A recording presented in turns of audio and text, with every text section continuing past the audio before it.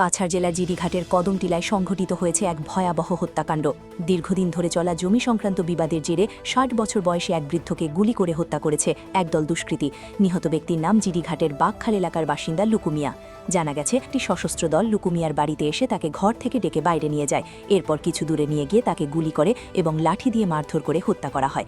ঘটনার পর অভিযুক্তরা সেখান থেকে পালিয়ে যায়। খবর পেয়ে পুলিশ দ্রুত ঘটনাস্থলে পৌঁছে মৃতদেহ উদ্ধার করে ময়নাতদন্তের জন্য শিলচর মেডিকেল কলেজ ও হাসপাতালে পাঠায়। এদিকে কাছাড় পুলিশ দ্রুত অভিযান চালিয়ে ঘটনার মাত্র ১২ ঘণ্টার মধ্যে রহস্য উন্মোচনে সফল হয় এবং হত্যাকাণ্ডের সঙ্গে জড়িত ৪ জন মূল অভিযুক্তকে গ্রেফতার করে। গ্রেফতার হওয়া ব্যক্তিরা হলেন চাহারুল হক লস্কর, সাজুল ইসলাম লস্কর, বাবুল হক চৌধুরী এবং সুজান আক্তার লস্কর। অভিযান চলাকালীন পুলিশ অভিযুক্তদের কাছ থেকে খুনে ব্যবহৃত দুটি দেশি তৈরি রাইফেল, একটি পিস্তল এবং বেশ কয়েকটি জীবন্ত গুলি উদ্ধার করেছে। পুলিশের প্রাথমিক তদন্তে জানা গেছে, দীর্ঘদিনের জমি বিবাদের কারণেই এই হত্যাকাণ্ড ঘটেছে বলে সন্দেহ করা হচ্ছে। ঘটনাটি নিয়ে তদন্ত এখনও চলছে।